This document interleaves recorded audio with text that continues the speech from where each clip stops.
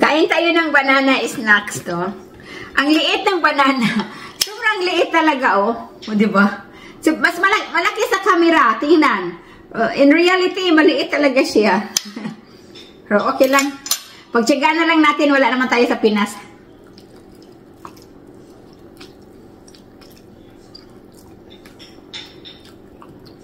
Namiss ko yung saging na buwang lang.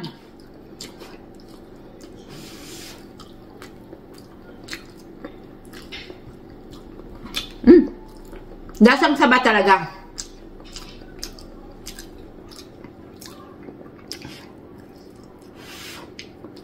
Pero lami.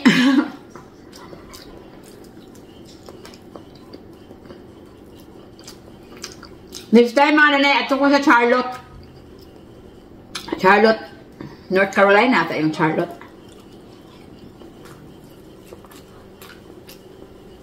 Punta ako doon. Kasi may ano doon. May sapsap.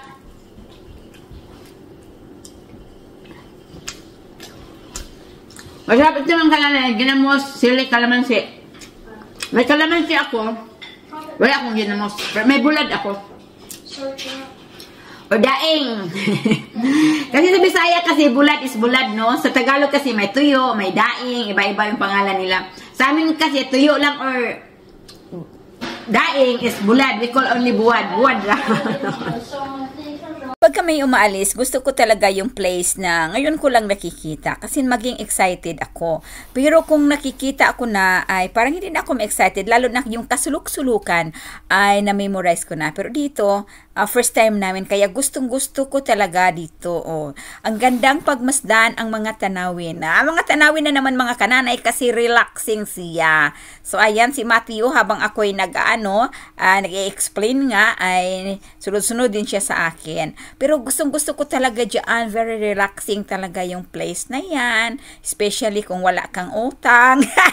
Siyempre, masuli wala kang ibang iisipin. Kung di, mag-enjoy ka lang nang dahil nga wala kang iisipin na babayaran. Ang isipin mo lang magtrabaho ka parang kumita. Ganon. Kasi mahirap yan pag may utang. May iisipin ka. So, ayan na nga no. Ang sarap-sarap dyan magdala ng coffee, mag-upo-upo. Pero itong place na to, pag summer ay mahal talaga itong place na to. Ngayon kasi fall siya, so hindi masyadong mahal. O, punta tayo kung hindi saan, hindi masyadong mahal. So, sa season na falls ay talagang doon tayo magpunta kasi makakamura tayo. O, diba? O, upo-upo ka dyan, higa-higa ka dyan, magsasayaw ka dyan, o pwedeng-pwede, o may ano pa, may bugang pa doon sa gilid. Ang bugang dito ay flowers sa kanila, pero sa atin, ay wala, tumutubo lang yan sa tabi-tabi ng mga ilog. Nilalagyan pa ng malaking upuan. Maganda talaga dito mga nanay, no? So, quite simple ang buhay, basta kayo magkasama, walang utang, fights na yan. Okay na yan mga kananay, okidoki. Gusto kong kumain ng pork sinampalukan kaya bumili ako ng sampalok na mas maasim pa sa mukha ko. Ayan, nasira tuloy ang mukha ni Nanay Jenny. Dahil tinikman ko kung maasim ba talaga. Pero totoo nga. Kaya sirang-sira ang mukha ni Nanay Jenny. At yan, no? Kasi dried yan siya. Kaya inimay-himay ko siya, no? Parang maano kaagad paglagyan ng tubig. Yung ano niya, yung lasa niya na ano talaga maasim. So ito na nga, sinalang ko siya at pinapakuluan ko siya kasi aalisin ko yung ano shell niya.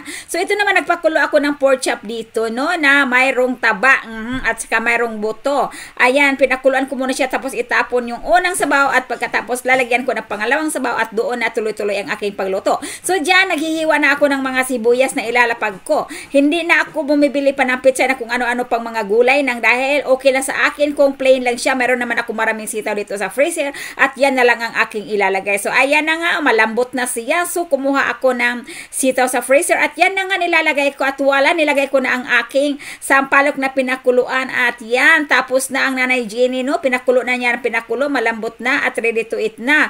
Ayan, nagsandok na ang Nanay Jenny para kaniyang kainin. Diba, busog ang tiyan. At kain na tayo sa ating sinigang ng sampalok na sitaw lang ang sahog. Masarap man. Nya, tuyo. Tuyo na pinakamasarap. O diba? Pang alat-alat lang mga nanay. Hindi ibig sabihin na kainin natin lahat yan. Ang lambot ng karne.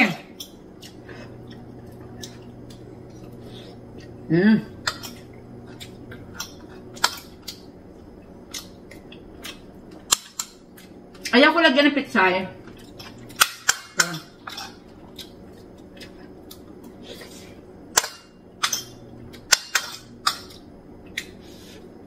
Init.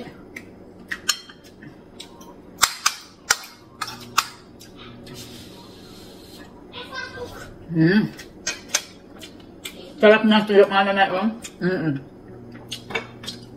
Sugo.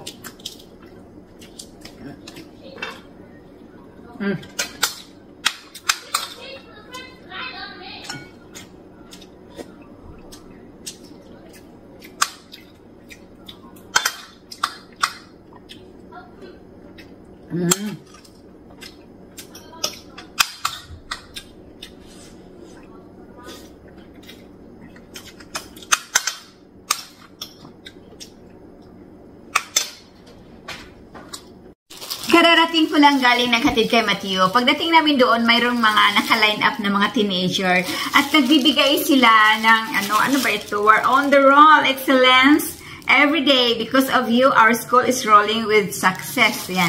Tapos mainit pa, nagbibigay sila ng pang-breakfast, no? So, dalawa ito, isa lang ang kinuha ko kasi ako lang naman. Pero hindi ako makakain ito kasi may gluten. But, still appreciated, no? Kasi kahit kunting kahit kunting bagay, dapat i-appreciate talaga natin. So, tapos binuksan nila yung pintuan, pinalabas nila si Mateo, yung, ang ganda, no? Tapos andoon din yung principal, o diba? Ito ang gusto ng mag-ama ko na isda. Walang ulo, walang tinik, nakafile na siya. Diretsong subo na. Wala nang himay-himay. At gusto nila ng tostado. Sige, walang reklamo ang nanay. Itusta din natin. Parang ganahan silang kumain. Ayan. Binaliktad na ni Nanay Jenny. Ayan, naluto na at nilagay sa plato. Kailangan itong isda na ito ay maingat ka talaga kasi madali po siyang ano ba yun? Basta malambot siya masyado. Kailangan mo talagang ingatan. Parang hindi siya maghiwa-hiwalay. Ayan, kasi sa sobrang lambot. Ayan, nilagyan ko lang siya ng kunting butter. Ang butter na ginagamit ko, yung real butter talaga, no? Na hindi margarine. Kasi real butter and from New Zealand. Yan po ang ginagamit namin na butter. O, diba? Magandang tingnan. Nakakatakam na.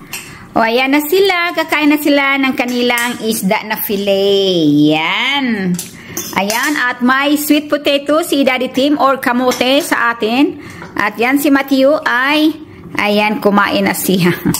Filet talaga yan sila kasi hindi yan sila marunong kumain na may tinik. Diba?